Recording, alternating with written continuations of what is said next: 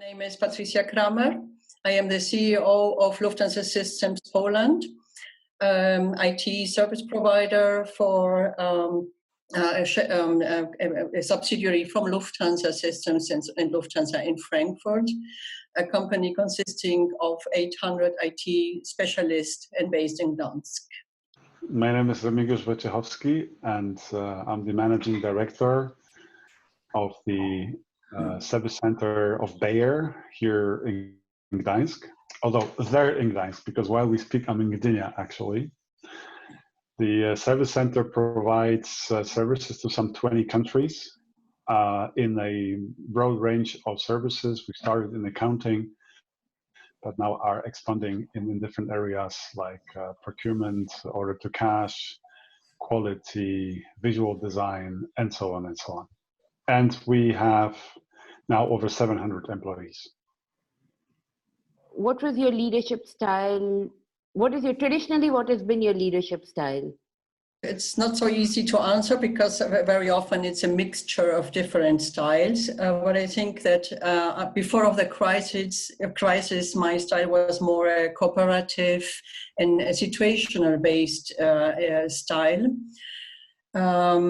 Meaning always, my focus was in really keeping the company very stable. So it was a very stable company, and I was increasing the business, expanding the business, keeping all stakeholders happy, and ensuring that customers receive whatever they need, and that my staff, of course, is also able to provide whatever was needed. So it was a very cooperative, team-oriented style before of the Corona crisis. I like to think that I adjust my leadership style to the situation. I do have like a preferred one, and from what I heard from Patricia, it sounds like we prefer a similar leadership style. I would call mine inclusive. Of course, when the situation requires, you need to adjust your style, and especially in the first days, maybe weeks of the crisis, you're better off with a more directive style, because oftentimes you don't have time to discuss things. But I would not really call it a change of style in the sense that I will now be a different leader. It's rather basically proving to yourself that you're capable of doing that adjustment. And I do believe that a good leader has a palette of different styles and knows when to use which. How has it changed? What have you had to do to adapt to the situation? Yeah. Okay, for a change, I will take this one first and quickly say, I don't think it changed much. Like I said, I think the only change is that when the times are different, they actually give you an opportunity to behave differently. But this doesn't really mean change of style, and it's anyway too early to be able to assess any kind of long-term effects on the leadership style. We are really in a breakover. We are in a very complex situation with a dynamic that I never experienced before, and I'm very, very long already in the business. So the dynamics that we have today is challenging all of us. We need to take decisions very fast, and doing this, of course, we don't always have all the information that we need, and thus also our decisions can have unpredictable results. I also think that now our focus is very short-term view. We are acting and reacting on an hourly base, on a daily base, what was not the case before. What I also think is that we are, not only us as leaders are challenged, but we are also seeing the challenge on our staff. So I have 800 people in home office. And that means that it's a challenge for them. I'm not speaking about the technical point because this is working fine, but they must be very self-organized. they also need to be flexible. They need to be able to learn from our daily experiences, also accept that we maybe make decisions that are not maybe always absolutely clear to everybody. So we are expecting a lot from them. It's one of our challenges to make them also clear that each risk is also a chance for them. I think what changed completely from my point of view is also the communication, the amount of communication also with all stakeholders, so with our shareholders, with our customers, with our peers, and especially with our staff. And what I'm learning now is how important it is to pay attention to what our staff members are telling us.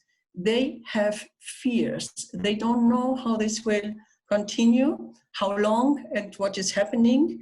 And we need to be very, very sensitive to this, what also our staff is going through in this moment. Yesterday, we were talking to a lot of people from across the Tri-City in a similar call, where they were discussing their working from home and what they're doing.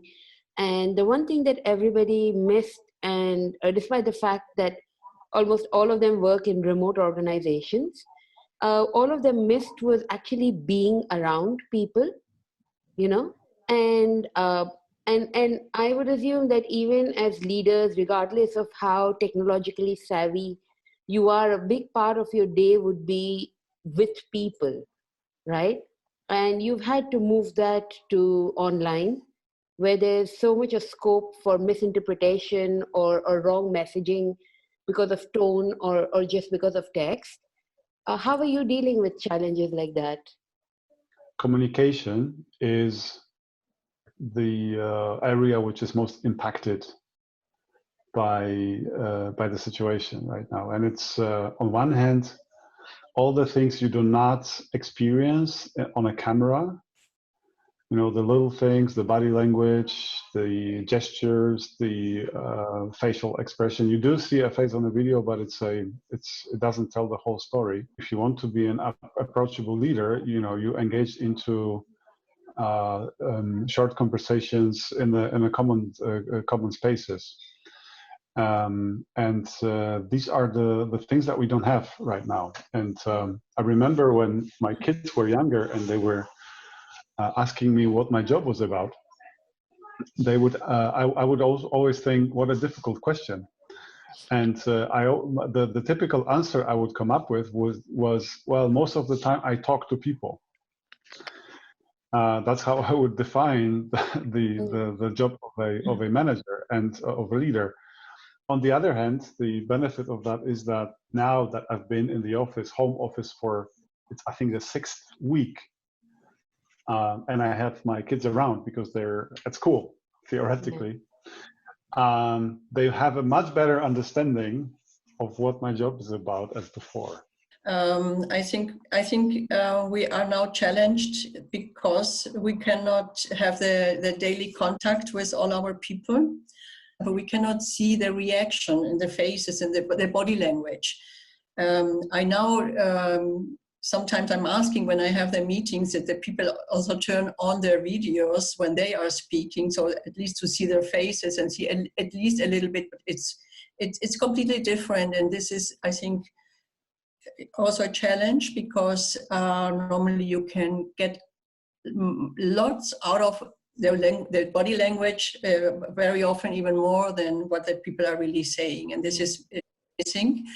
And I'm doing frequently webcasts with all staff members, so I'm trying to invite all the 800s and hope that a lot of them are participating. And I think what is really essential is to be very open, very transparent, very honest about the situation. Being Lufthansa Systems Poland, already the name is saying it, as our major customer is Lufthansa. And Lufthansa, as all of the airlines, is suffering. They are struggling. They are grounded. And of course, this has a huge impact also on my company. And what I realized is how important it is now, especially now, to keep the information flow very, very intensive. So we intensified the communication and to be absolutely transparent and honest about what is happening. We've been doing it for 6 weeks now. How do you stay focused and productive? Because there's so many distractions at home. My work has changed, I must admit. My focus now is really much more the topic of communication on one side, and on the other side, the financial performance monitoring. So I can only say I'm really focused on these two topics. And what I have to say, I am amazed that even though that we are now 6 weeks in home office, the productivity of the whole company seems to be very high, extremely high. So no complaints, no problems on the productivity side. I'm challenged now to answer exactly how the people manage that, because I know that working from home is not always easy, especially when you have little children that do not understand that that you're not able to play with them or go out or whatever. Oh, nobody's going out. But even so, maybe if you have a garden or something to play with them or to spend time with them. Do you take like breaks? Do you exercise? Do you sing? I don't know. What do you do to stay focused? Like, like the whole work-life balance. How do you get it? How do you get it into your day? On the private part of my private life, I made experience. I'm not as disciplined as I was before, and it's especially in that what you just said, work-life balance. My PC is always on. It's always switched on, and I'm always nearby. I have the feeling I am 24 hours more or less if I'm not sleeping. Before of the home office, I dressed myself and did my sports and went to the fitness and did my sports. I don't do that now. In the evening, it doesn't matter how late it is. I go to my PC, I check which new emails came in. So I think the home office for me is a challenge. What about you? It's worthwhile starting with allowing yourself and also the whole organization the fact that you will not be as productive at home as you would be in the office. And we actually sent that message very early on to our employees that they should not feel bad about this. It's only natural, especially if you have 2 or 4 year old kids running around and asking, or not even asking, demanding your attention. Even if it's 70 or 80%, it's still more than 0% if you were not there. I also have the feeling that I'm at work all the time. It is probably subconsciously a way of us to compensate for the fact that we feel that we're not fully productive. So what helps is if everyone has a camera, which is somehow disciplining. In the past, I would often be in a situation where people sit together in a room, and I am one of a few participants dialing in via video conference, and that's really frustrating. You never know when it's a good time to say something. You don't see all the signals and exchanges with the people, and I think that's also something we will keep. But we no longer do meetings where there's a mixture of physical meeting and a video conference. And what helps is routines. I was not able to implement all of the routines that I wanted to. A little bit similar to Patricia. I was actually hoping that the time that I save by not commuting to work, which would be usually 50 to 60 minutes per day, both ways. Now I need 20 seconds both ways to get to work. So I'm practically saving an hour of life. I wanted to use that time in the morning and in the evening to, walk my dog. The evening usually works. The morning, sometimes I do prioritize sleep over walking the dog. So I'm sure the dog understands. I'm sure the dog understands. Can you share some of the rituals that you do, for example, certain companies had breakfast with CEOs on certain days, or town hall meetings, or coffee brown bags. So what sort of rituals or what sort of communication do you have with your teams now? I know you're doing webcasts and stuff, but on a more personal level or on a company level? Well, the most regular exchanges I have with my direct reports, and we have started with a daily meeting at 8:30 to have 30 minutes of an update of the most important topics to be dealt with. And at the beginning, it was necessary to do it on a daily basis. With time, we have switched to every second day. Also, with the number of urgent issues going down, because we're getting used to the new normal, so to say, we also started introducing some additional things. We have a 5 minutes mindfulness session provided to us by our HR business partner. And we also have a question of the day, which is, someone comes up with a question and then everyone needs to answer, which helps us to get to know each other better. We also have regular communication, the cascade to the broader leadership team. And for the first time, I have also recorded a town hall meeting. I mean, we were actually used to having a physical one with a live feed. Now, with many speakers of such a podcast, we saw a bit of a technological challenges. So our latest town hall meeting was actually a recorded video, and I can tell you, it much more time than doing it in real. And one of my lessons learned was also, don't do that at night when you record the video, because then you sound so low of energy that people will be asking you if everything is okay. So when I'm now making recordings, I do that in the morning and I jump around before to be on the right energy level. In our case, it's really very similar to yours. We started exactly the same with a daily crisis meeting and Corona meeting, etc. Meanwhile, we reduced that on all levels. So internally in LSY Poland, but also with my shareholder and Lufthansa Systems and Lufthansa. So we had first the daily meetings. We reduced this meanwhile, some 2-3 times a week, others twice a week, with my direct reports, with the team leaders once a week.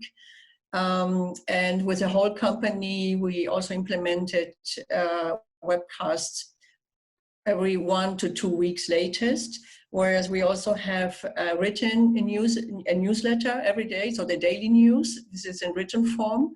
The webcasts are recorded so that people that could not attend can hear what has been said. So yes, communication is very intensive, and this is from my side. Yeah, so to the inside the company, and on the other side also in direction Frankfurt, it's similar. And I know that my directs and my team leaders are doing exactly the same with the staff. So the communication is really, I think, very intensive. They also have breakfast and have a glass of wine in the evening with the teams, etc. So also trying to socialize a little bit, because a lot of people are missing the social life, the social contact. And I also wanted to add something that you said. What I observed is that the meetings now, for my opinion, have much more discipline. The people in the room, they have their own dynamics, yeah, and all people speak at the same time. And me being outside, I only understand little or nothing when everybody is speaking in between, etc. So now that we are all in home office, I observe a huge discipline. It's only one person speaking at the same time. We are always looking if somebody wants to say something or not, and then we shut up if somebody is active. Yeah.